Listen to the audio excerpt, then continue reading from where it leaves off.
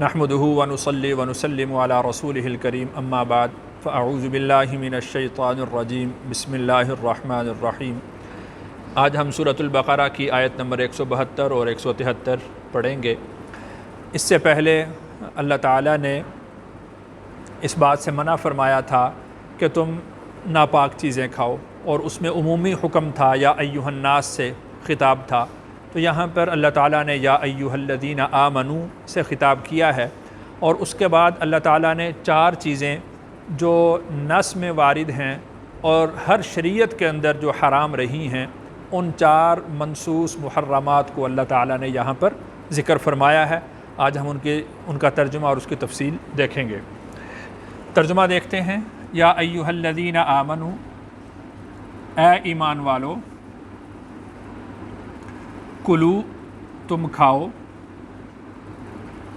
من سے طیبات ستھری، ما جو رزقناکم ہم نے تمہیں رزق دیا، واشکروا للہ اور تم شکر ادا کرو اللہ کا، ان کنتم اگر تم ہو، ایاہو اسی کی، تعبدون عبادت کرنے والے۔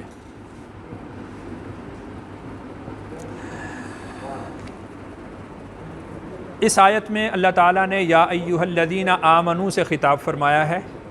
اس سے پہلے اللہ تعالیٰ نے یا ایھا الناس سے خطاب فرمایا تھا، اور 18ویں پارے کے اندر اللہ تعالیٰ نے یا ایھا الرسل سے خطاب فرمایا ہے۔ تو اس میں دیکھیں کہ یا ایھا الناس تمام لوگوں کو اللہ کا یہ حکم ہے، بھلے وہ ایمان والا ہو یا ایمان والا نہ ہو، حلال اور طیب پاکیزہ چیزیں کھانے کا اللہ نے حکم ارشاد فرمایا۔ تو عام لوگوں سے زیادہ جو فضیلت والے ہیں، بہتر لوگ ہیں، وہ ایمان والے ہیں۔ تو ایمان والوں کو بھی اللہ تعالیٰ نے یہی حکم ارشاد فرمایا، یا ایھا الذین آمنوا کلوا من طیبات۔ اور ایمان والوں میں جو فضیلت والے ہیں وہ انبیاء علیہم السلام ہیں، اللہ کے پیغمبر ہیں۔ تو اللہ تعالیٰ نے ان کو بھی حکم ارشاد فرمایا، یا ایھا الرسل کلوا من الطیبات واعملوا صالحا، کہ اے رسولو تم ستھری اور پاکیزہ چیزیں کھاؤ اور نیک اعمال کرو۔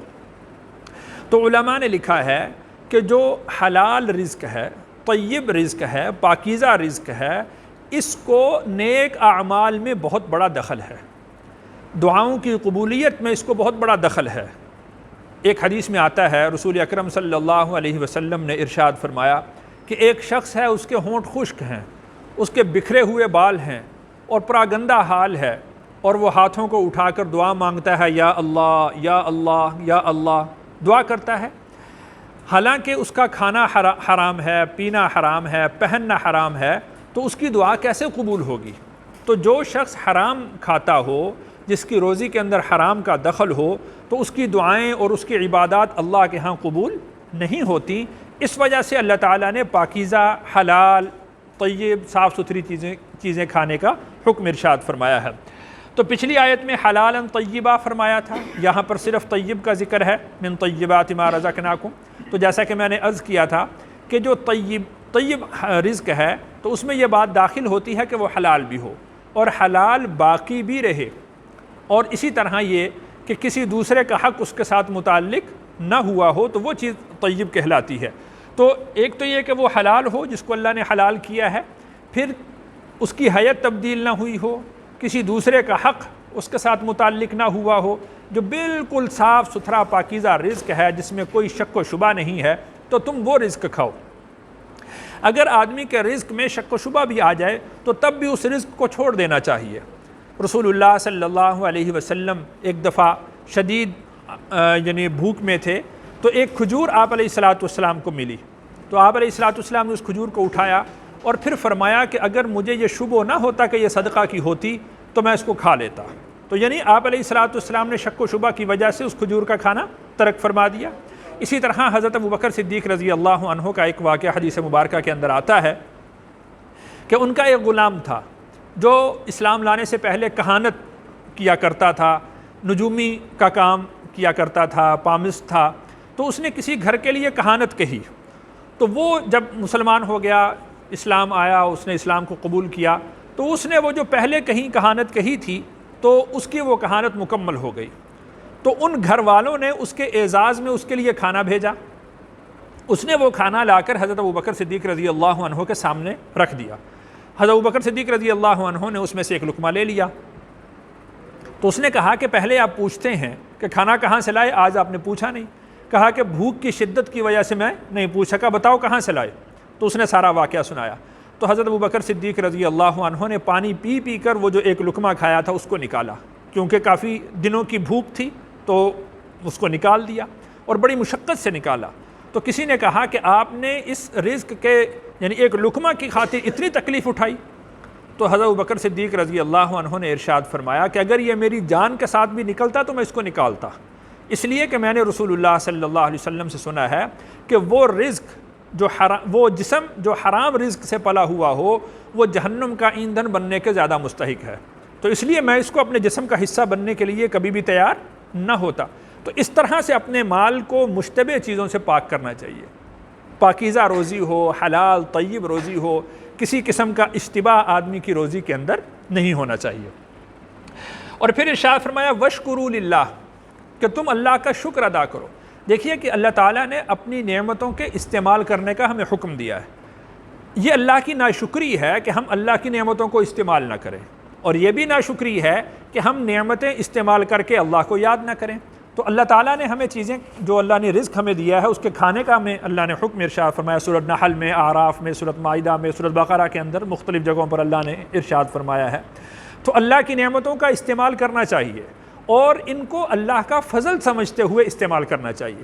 اور دیکھیے کہ اللہ نے یہ اصول بیان فرمایا ہے کہ لَإِن شَكَرْتُمْ لَأَزِيدَنَّكُمْ، اگر تم میرا شکر ادا کرو گے تو میں اپنی نعمتوں کو مزید بڑھا دوں گا۔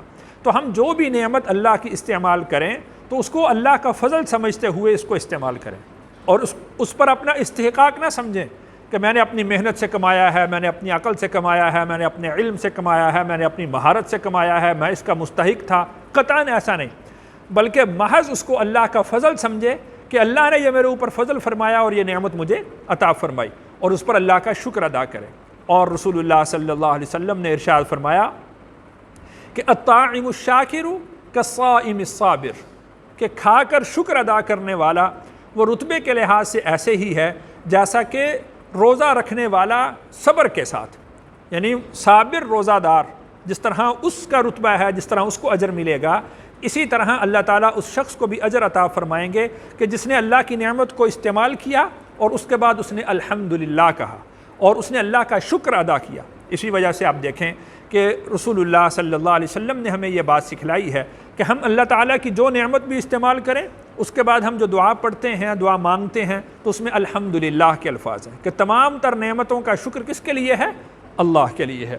تو واشکروا للہ، تم اللہ کا شکر ادا کرو، ان کنتم ایاہ تعبدون، اگر تم اسی کی عبادت کرتے ہو۔ تو چونکہ یہاں پر من طیبات ما رزقناکم کا ذکر ہے کہ جو پاکیزہ چیزیں ہم نے تمہیں دی، تو اس کے بعد اللہ تعالیٰ نے جو حرام ہیں، ناپاک ہیں، جن کا کھانا جائز نہیں ہے، ان کو اللہ تعالیٰ نے ذکر فرمایا، اس لیے کہ انسان جو چیزیں کھاتا ہے تو اس کے اثرات انسان کے جسم پر آتے ہیں۔ تو طیبات کو حکم دیا گیا، اور جس طرح یا ایھا الرسل کی آیت میں ہے کہ اللہ تعالیٰ نے ارشاد فرمایا کہ کلوا من الطیبات واعملوا صالحا، پاکیزہ چیزیں کھاؤ اور نیک اعمال کرو۔ تو پاکیزہ چیزوں کا نیک اعمال کے ساتھ بڑا دخل ہے، اور اگر ناپاک اور ناجائز اور حرام چیزیں آدمی کھائے گا تو اس کے اثرات بھی انسان کی زندگی پر مرتب ہوتے ہیں۔ تو اس وجہ سے اللہ تعالیٰ نے جو منسوس حرام چیزیں ہیں ان کو منع فرمایا۔ وہ 4 منسوس چیزیں یہ ہیں۔ انما، یہ کلمہ حصر ہے تاکید کے لیے، اس کا مطلب ہوتا ہے سوائے اس کے نہیں،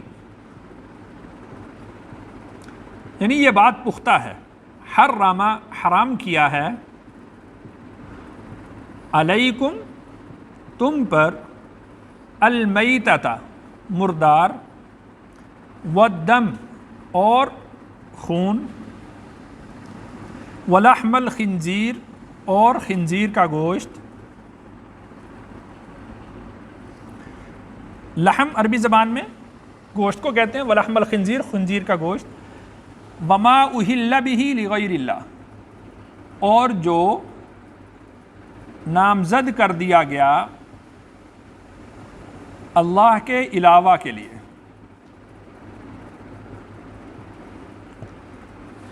تو یہ 4 چیزیں منصوص ہیں کہ جن کو اللہ تعالیٰ نے حرام کیا ہے.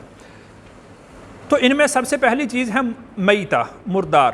تو مردار کیا ہوتا ہے؟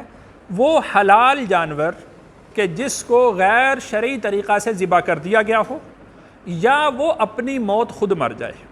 اپنی موت خود مرنے سے مراد یہ ہے کہ گلا گھونٹا گیا، اس کا بلندی سے گرا، اس کا سانس بند ہو گیا، اس وجہ سے مر گیا. کسی جانور نے اس کو مارا اور اس سے وہ مر گیا تو وہ مردار ہی ہو جائے گا. اور غیر شرعی طریقہ سے مراد یہ ہے کہ مسلمان اور کتابی کے علاوہ کسی اور نے اس کو ذبح کر دیا، یا غیر اللہ کے نام پر اس کو ذبح کر دیا گیا، تو یہ حلال جانور بھی کیا ہو جائے گا؟ مردار ہو جائے گا. والدم اور خون، قرآن مجید میں اللہ تعالیٰ نے ایک جگہ پر دمم مسفوحہ بھی ارشاد فرمایا، یعنی وہ بہتا ہوا خون. جب ہم جانور کو ذبح کرتے ہیں تو اس وقت جو اس سے خون نکلتا ہے وہ دمم مسفوح کہلاتا ہے، وہ حرام ہے، وہ ناجائز ہے، وہ ناپاک ہوتا ہے. اور جو گوشت کے اندر خون رہ جاتا ہے تو وہ ناپاک نہیں ہوتا. یعنی جب ہم نے اس کو دھو لیا، صاف کر لیا، اس کے بعد ہم جب اس کو کاٹتے ہیں تو اس کے گوشت کے اندر سے جو خون نکلتا ہے بعد میں رشتہ ہے تو وہ ناپاک نہیں ہوتا. ولحم الخنزیر، اور خنزیر کا گوشت. تو چونکہ اللہ تعالیٰ نے قرآن مجید میں خنزیر کے لیے جو لفظ استعمال فرمائے ہیں وہ رجسن، نجسن کے الفاظ استعمال فرمائے ہیں، تو وہ چیز یہ خنزیر جو ہے یہ نجس العین ہے، ناپاک ہے. تو اللہ تعالیٰ نے یہاں پر چونکہ صرف کھانے کی چیزوں کا ذکر ہو رہا ہے، اس وجہ سے لحم الخنزیر فرمایا، صرف لحم کا ذکر فرمایا. ورنہ خنزیر ایسا جانور ہے کہ جس کے کسی حصے سے بھی نفع اٹھانا جائز نہیں. یعنی اس کی کھال، اس کی چربی، اس کی ہڈیاں، اس کے بال، کسی چیز سے بھی نفع اٹھانا جائز نہیں. یہ جو مردار ہے نا، مردار، اگر جانور حلال جانور وہ مر جاتا ہے، دم گھٹنے سے مر گیا، گلا گھٹا، کسی طریقے سے وہ مر گیا، تو اس کی کھال سے نفع اٹھانا جائز ہے دباغت کے بعد. اس کی ہڈیوں سے نفع اٹھانا جائز ہے، اس کے سینگوں سے، بال سے نفع اٹھانا جائز ہے. لیکن خنزیر کے کسی حصے سے نفع اٹھانا جائز نہیں. اور یہاں پر لحم الخنزیر خاص طور پر اس لیے ارشاد فرمایا چونکہ پیچھے کھانے کا ذکر تھا، تو بال اور کھال اور باقی چیزیں تو کھائی نہیں، ہڈیاں وغیرہ کھائی نہیں جاتی، اس لیے اللہ تعالیٰ نے یہاں پر خنزیر کے گوشت کا ذکر فرمایا. اور چوتھی چیز ہے وما اہل بہ لغیر اللہ، جو غیر اللہ کے نام پر نامزد کر دیا گیا. جو اہل مکہ تھے انہوں نے مختلف قسم کے جانور وہ بتوں کے نام پر وہ متعین کر دیتے تھے، اور اسی طرح انہوں نے کچھ اپنی طرف سے کچھ شرائط مقرر کی ہوئی تھیں. جانوروں کے وہ کان کاٹ دیتے تھے، بتوں کے نام پر وہ چھوڑ دیتے تھے، اور اسی طرح وہ اونٹنی جس نے 5 بچے جن دیے وہ اس کو اپنے اوپر حرام سمجھتے تھے. اور اسی طرح یعنی اس طرح کے جو جانور جو غیر اللہ کے نام پر متعین کر دیے گئے ہوں تو وہ جائز نہیں ہے، چاہے وہ کسی نبی کے نام کا ہو، ولی کے نام کا ہو، کسی بزرگ کے نام کا ہو، کسی دربار کے نام کا ہو. جب کسی جانور کو غیر اللہ کے نام کے لیے، اس کی تعظیم کے لیے متعین کر دیا تو وہ جائز نہیں ہے، بھلے اس کو ذبح کرتے وقت اللہ کا نام بھی لے لیا جائے.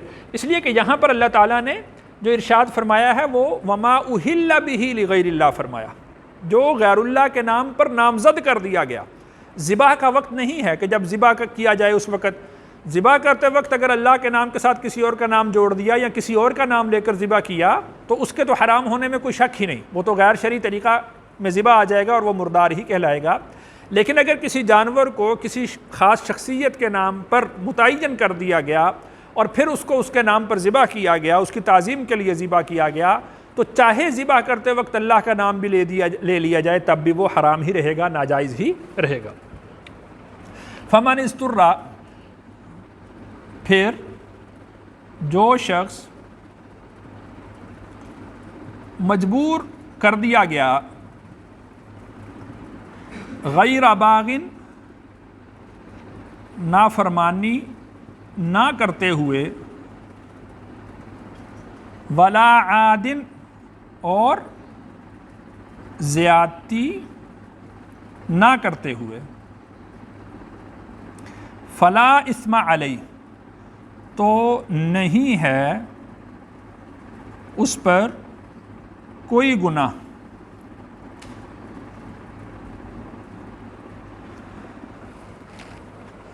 تو جس شخص کو مجبور کر دیا گیا، مجبور ہونے کا مطلب یہ ہے کہ یا تو اس پر بھوک ایسی طاری ہوئی، یا یہ ہے کہ وہ بیماری کی وجہ سے ایسی حالت تک پہنچ گیا، یا اس طرح کہ وہ غربت کی وجہ سے ایسی حالت میں پہنچ گیا کہ اگر وہ مردار نہیں کھائے گا تو اس کی جان چلی جائے گی، یا کسی کا خوف اس پر اس طرح مسلط ہوا، یعنی کسی نے اس کو کہا کہ اگر تم یہ حرام چیز نہیں کھاؤ گے تو میں تمہیں قتل کر دوں گا، یا کسی عضو کو کاٹ دوں گا، تو اس صورت میں اس کے لیے، چونکہ وہ مجبور کر دیا گیا ہے، تو اس صورت میں اس کے لیے یہ کھانا جائز ہے۔ فلا اثم علیہ، اللہ نے ارشاد فرمایا اس پر کوئی گناہ نہیں ہے۔ حرام چیزوں کے استعمال کی اجازت ان دو شرائط کے ساتھ ہے۔ غیر باغ، نمبر ایک یہ کہ وہ نافرمانی کرنے والا نہ ہو، یعنی اس کو مجبور کر دیا گیا ہے یا وہ مجبور ہو گیا ہے اس پر، تو وہ اللہ کی نافرمانی کرنے میں، یعنی اس کی لذت حاصل کرنا اس کا مقصود نہ ہو۔ ولا عادن، اور وہ اس پر زیادتی بھی نہ کرنے والا ہو، یعنی جتنا اس کو بتایا گیا ہے جس سے اس کی جان باقی رہ سکتی ہے، جس سے وہ زندہ باقی رہ سکتا ہے، صرف اتنا ہی وہ اس کو استعمال کرنے کی اجازت ہوگی۔ تو یہاں پر دیکھ لیں کہ اگر بالفرض کوئی شخص بیمار ہو گیا اور اس کو ڈاکٹر نے کہا کہ یہ جو ناجائز اور حرام چیز ہے، مثال کے طور پر شراب یا کوئی اس طرح کی اور کوئی مردار کا مادہ جو اس کو کھانے کی طرف مجبور کر دیا گیا، طبیب نے کہا کہ تم یہ کھاؤ تو پھر تمہاری جان بچ سکتی ہے، تو اتنا ہی کھانے کی اجازت ہوگی جتنا کہ اس سے اس کی جان بچ سکتی ہو۔ جیسے ہی وہ موت کے منہ سے نکلے اور صحت کی طرف آنے شروع ہو، تو اگر کسی اور دوا سے اس کا علاج ممکن ہو تو پھر اور دوا سے ہی اس کا علاج کیا جائے گا۔ ہاں البتہ یہ ہے کہ جو ڈاکٹر ہے وہ تجربہ کار ہونا ضروری ہے، خدا خوفی اس کے دل میں ہو، صاحب ایمان ہو، تجربہ کار ہو، یعنی اس کا یہ تجربہ ہو، وہ پہلے اس پر پریکٹس کر چکا ہو کہ ان چیزوں کے کھانے سے ہم نے فلاں مریض کو اس طریقے سے اس کا علاج کیا تھا، وہ درست ہو گیا، تو اب پھر چونکہ تجربہ ہو چکا ہے تو اس وجہ سے اگر اس کو اس کی طرف لایا گیا کہ اس کے علاوہ تمہارا علاج ممکن نہیں، تو پھر وہ اس سے اپنا علاج کروا سکتا ہے۔ تو چونکہ نافرمانی بھی نہیں کر رہا، اس کے دل میں اس کی حرمت باقی ہے کہ یہ حرام ہے، لیکن میں صرف اپنی جان کو بچانے کے لیے یہ کر رہا ہوں۔ ولا عادن، اور اس پر زیادتی کرنے والا بھی نہ ہو، یعنی ضرورت سے زائد بھی نہ کھائے۔ فلا اثم علیہ، تو اس پر کوئی گناہ نہیں ہے۔ ان اللہ، بے شک اللہ، غفور، معاف کرنے والے ہیں، رحیم، رحم کرنے والے ہیں۔